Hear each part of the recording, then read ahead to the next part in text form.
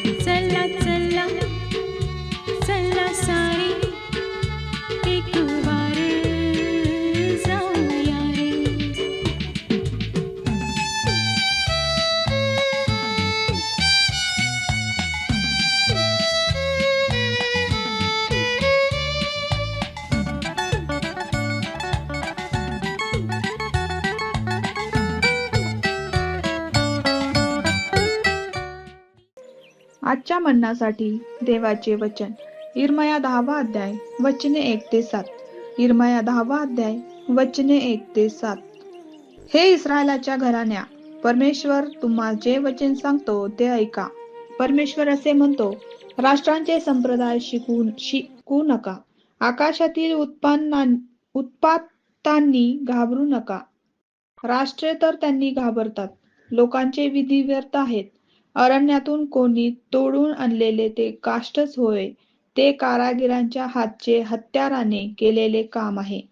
तो सोन्या रुपयाने ते भूषित करतो व हलू नये म्हणून हातोड्याने खेळ ठोकून ते घट्ट बसवितो. त्या मूर्ती बागेतल्या बुजगावण्यासारख्या आहेत. त्यास बोलता येत नाही. त्या उचलून न्याव्या लागतात, कारण त्यास चालता येत नाही. त्यास भिवू नका, कारण त्यांच्याने काही वाईट करवत नाही व त्यांना काही बरे करण्याचे सामर्थ्य नाही. हे परमेश्वरा, तुझसारखा कोणीच नाही. तू थोर आहेस. पराक्रमामुळे तुझे नाम मोठे आहे. हे राष्ट्रांच्या राजा, तुला कोण भिणार नाही. हे तुला साजते. राष्ट्रातील सर्व ज्ञात्यात, त्यांच्या सर्व राज्यात तुझ समान कोणीच नाही. देवबाप वाचलेले वचन आपणा सर्वांसाठी आशीर्वादित करो. प्रियांनो, सर्वांना प्रिय आणि गोड नावात सलाम. आता जो शास्त्र भाग आपण या ठिकाणी वाचला, इर्मया 10वा अध्याय आणि वचने 1 ते 7 या वचनापर्यंत. या ठिकाणी परमेश्वर इस्रायलाच्या घराण्याशी इर्मया संदेष्टाच्या द्वारे बोलत आहे. कारण इर्मया संदेष्टा बाबेलच्या होणाऱ्या आक्रमणाची चेतावणी देत आहे किंवा त्यांना सावध करत आहे. पहिल्या काही वचनामध्ये देव त्यांना सांगत आहे, अधर्माचे अनुकरण टाळा. देवाची इच्छा आहे की जे चुकीच्या संप्रदायामध्ये जीवन जगत आहे त्यांचे अनुकरण करू नका किंवा शिकू नका. देवाला न ओळखणाऱ्या राष्ट्राच्या मूर्ख चालीरीतीपासून स्वतःला वेगळे ठेवत ठेवा, तो त्यांना या ठिकाणी सांगत आहे. आकाशातील उत्पत्त्यांना घाबरू नका. म्हणजे प्रियांनो, ज्योतिषशास्त्राच्या वापराद्वारे प्राचीन लोक अनेकदा आकाशातून येणारी चिन्हे आणि इशारे ओळखत असतात आणि आकाशातील चिन्हामध्ये त्यांना काहीतरी भीतीदायक गोष्टी दिसत असायच्या. म्हणून तो त्यांना म्हणत आहे की त्यांना तुम्ही घाबरू नका. त्यानंतर तो म्हणत आहे की लोकांचे वेदी व्यर्थ आहेत. हाताने बनवलेल्या ज्या व्यर्थ आराधनेच्या वस्तू आहेत त्यांना काही करता येत नाही. त्यांना भिवू नका, कारण त्यांच्याने काही वाईट करवत नाही व त्यांना काही बरे करण्याचे सामर्थ्य नाही. त्या बागेतल्या बुजगावण्यासारखे आहेत, कारण ते लोक सभोवतालच्या राष्ट्राच्या हाताने बनवलेल्या वस्तूंचं अनुकरण करत होती. त्यांना प्रियांनो माहीत नव्हते की चांगले किंवा वाईट असे काही करण्यास ते असमर्थ आहेत, आणि म्हणून या गोष्टीचं तुम्ही अनुकरण करू नका, या ठिकाणी तो सांगत आहे. त्यानंतर तिसरी गोष्ट या ठिकाणी म्हणत आहे की परमेश्वराची श्रेष्ठता किंवा तो किती महान आहे. इर्मया संदेष्टा म्हणत आहे, हे परमेश्वरा, तुझ्यासारखा कोणीच नाही. तू थोर आहे, तुझे नाम मोठे आहे. होय प्रियांनो, देव सामर्थ्यवान देव आहे, त्याच्यासारखा कोणीच नाही.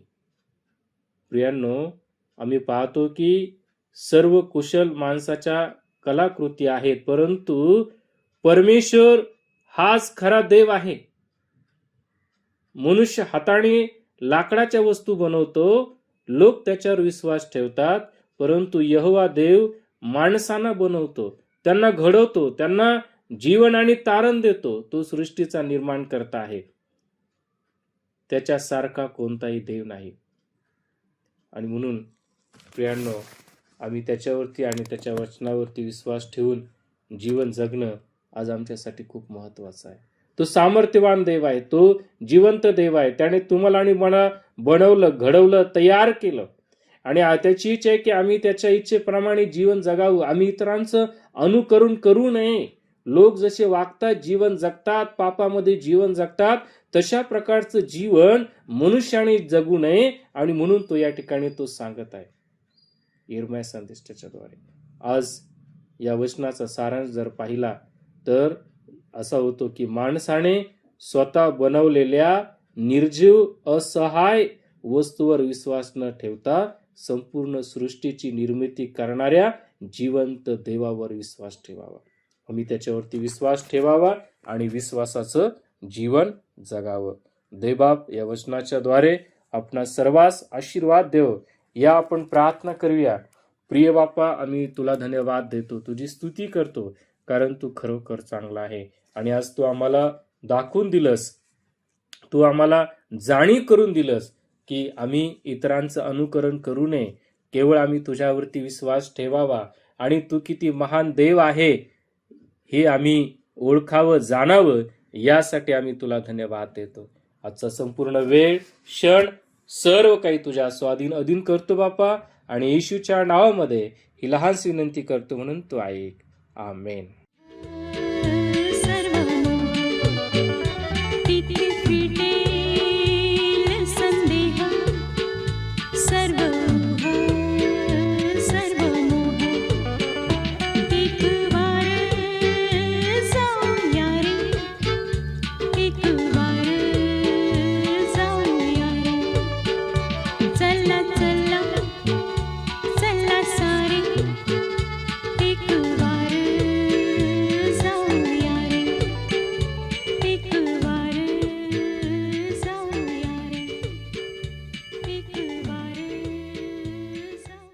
त्याप्रमाणे तुमचा प्रकाश लोकांसमोर असा पडू द्या की त्यांनी तुमची सत्कर्मे पाहून तुमच्या स्वर्गातील पित्याचे गौरव करावे. आपल्या प्रार्थना विनंत्या कोणत्याही वेळेस विश्ववाणी प्रार्थना केंद्राला टोल फ्री नंबरद्वारे कळवू शकता.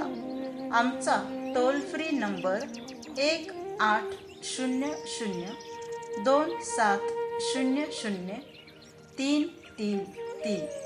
पुन्हा ऐका, 1800-2700-333. आम्ही आपणासाठी या नंबरवर प्रार्थना करण्यास उपलब्ध आहोत. धन्यवाद.